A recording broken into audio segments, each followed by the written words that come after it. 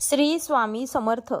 नमस्कार भक्तांनो. देवघर स्वतंत्र खोलीत असावं की किचनमध्ये? प्रत्येकाला देवघरासाठी पुरेशी जागा उपलब्ध होणे शक्य नसतं. अशा वेळी देवघर कुठे ठेवावे म्हणजे त्याची पूर्ण पवित्रता राखली जाईल?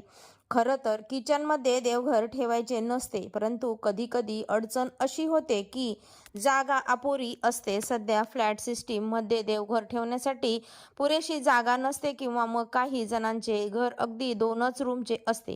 अशा वेळी देवघर ठेवण्यासाठी जागा उपलब्ध होत नाही, म्हणून बरेच लोक किचनमध्ये देखील देवघर ठेवत असतात. परंतु किचनमध्ये देवघर जर ठेवले असेल तर कोणती काळजी घ्यावी याबद्दल आपल्याला काही नियमांची माहिती असणे आवश्यक आहे.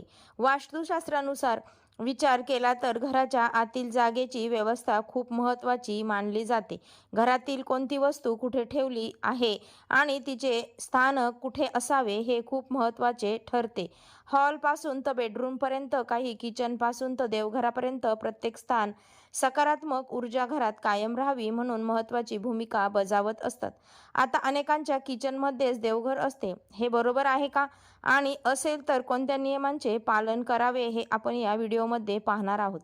तर व्हिडिओ एंडपर्यंत नक्की पहा.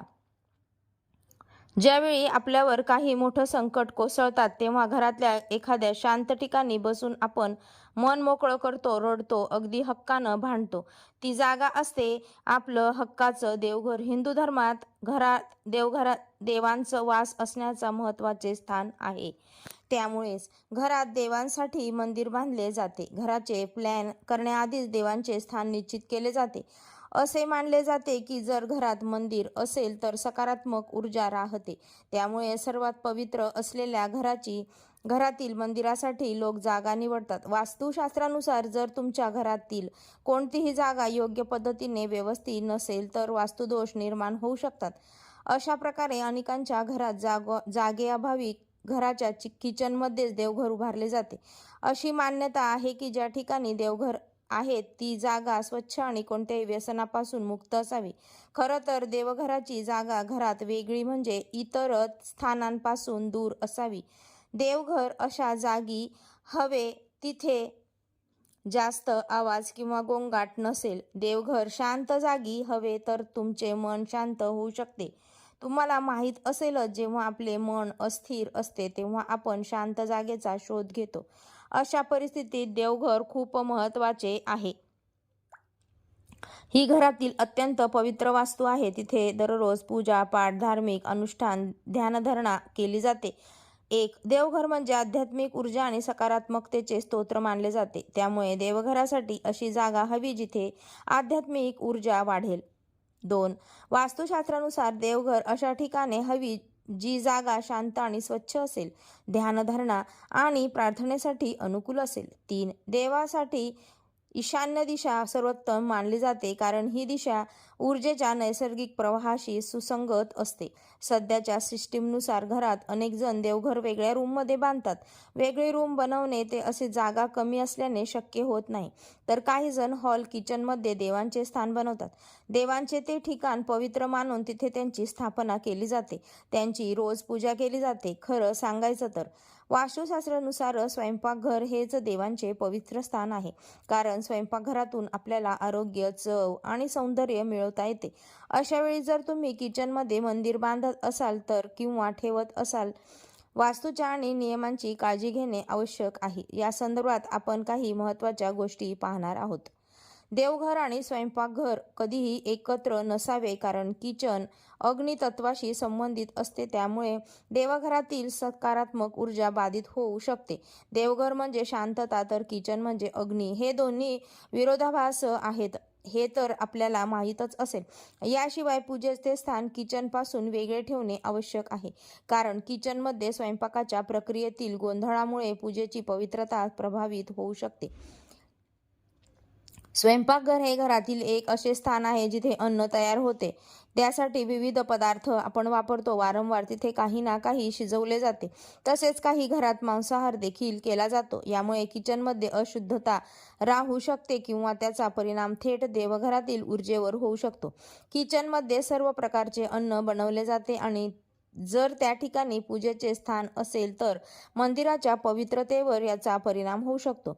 किचन आणि पूजेच्या स्थानामध्ये सामंजस्य राखण्यासाठी दोन्ही एकत्र ठेवू नयेत असे सांगितले जाते. स्वयंपाकघरातल्या मंदिराचा रंग कोणता असावा? जर तुम्ही किचनमध्ये मंदिर बांधत असाल किंवा ठेवत असाल तर त्याचा रंग लाल असावा. हे लक्षात ठेवा. हिंदू धर्मात लाल रंग हा सर्वात पवित्र रंग मानला जातो. हा अग्नितत्वांचा रंग आहे. त्यामुळे स्वयंपाकघराचा रंगही लाल असेल तर तो वास्तूनुसार चांगला मानला जातो. किचनमध्ये मंदिर असेल तर त्याचा रंग लाल ठेवा. लाल रंग ठेवायचा नसेल तर पांढरा, चांदी, पिवळा किंवा तपकिरी रंग शुभ आहे. स्वयंपाकघरातील मंदिराची दिशा. जर तुम्ही स्वयंपाकघरात मंदिर बांधत असाल तर त्याची दिशा नेहमी ईशान्येकडे ठेवावी. या दिशेमध्ये शुभ प्रभाव पडतो आणि त्यामुळे चांगली आणि सकारात्मक ऊर्जा देखील मिळते. वास्तूनुसार या दिशेला मंदिर बांधल्यास सौभाग्य आणि लाभ मिळतो. स्वयंपाकघरात बांधलेल्या मंदिरात कोणते देव ठेवावेत? स्वयंपाकघरात बांधलेल्या मंदिरात कधीही शिवाचे किंवा शिवलिंग किंवा फोटो ठेवू नका. लोक शिवजींचे पूजन जसे तसे करू शकत नाही. अशा वेळी भगवान श्रीकृष्ण, अन्नपूर्णा देवी आणि श्री गणेशजी यांची मूर्ती ठेवावी. स्वयंपाकघरात बसलेल्या लक्ष्मी मातेची मूर्ती आपण ठेवू शकता. देवघरात या गोष्टी ठेवू नका. अनेकदा आपण देवघर अगदी टापटीप सुंदर ठेवतो. पूजा अर्चा सर्व काही अगदी व्यवस्थित करतो. पण देवघराच्या वरती आपल्याला खूप पसारा असतो, मोठी अडगळ करतो आणि आपण जसेही सुकलेल्या फुलांच्या माळा, काडीपेटी, इतर साहित्य, पण ते सर्व चुकीचे आहे. देवघरावर अशा वस्तू ठेवू नये. देवघर नेहमी स्वच्छ, साफसुथरे, त्याच्याकडे पाहताच मन प्रसन्न होईल असे असावे. देवपूजेसाठी लागणाऱ्या इतर वस्तू ड्रॉवरमध्ये ठेवाव्यात किंवा ड्रॉवर नसेल तर तुम्ही साईडला एखाद्या बॉक्समध्ये किंवा पिशवीमध्ये ठेवू शकता. परंतु अशा वस्तू देवघरामध्ये ठेवू नका. अशा वस्तूंमुळे उगीचच पसारा आणि अडगळ निर्माण होते आणि कुठेतरी त्यामुळे मन प्रसन्न होत नाही. प्राचीन मूर्तीचे भग्न अवशेष देखील येथे ठेवू नये. जास्त फोटो, जास्त मूर्ती किंवा एकाच देवाचे डबल फोटो किंवा मूर्ती असू नयेत.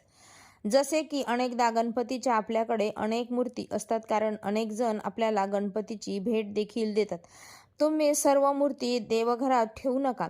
काही मूर्ती तुम्ही वेगळ्या जागेवर ठेवा आणि अशा गिफ्ट मिळालेल्या मूर्ती हॉलमध्ये देखील ठेवू शकता. दिवाळीसाठी पूजन केलेली लक्ष्मी मातेची मूर्ती देखील तुम्ही हॉलमध्ये ठेवू शकता. एकापेक्षा जास्त मूर्ती जर देवघरामध्ये असतील तर असं म्हटलं जातं की त्यातील एकही काम करत नाही.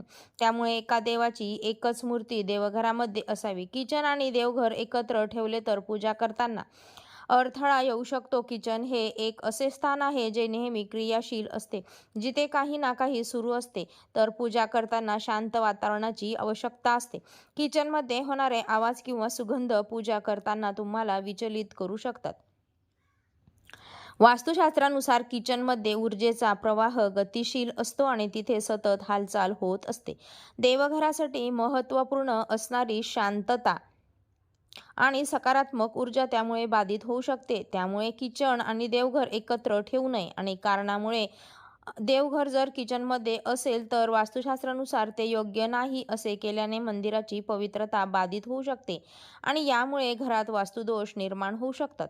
किचनमध्ये मंदिर असेल तर या गोष्टी लक्षात ठेवा. सर्वात महत्त्वाची गोष्ट म्हणजे स्वच्छता. स्वयंपाकघरात मंदिर आहे त्यामुळे सिंकमध्ये खरकटी भांडी ठेवू नये.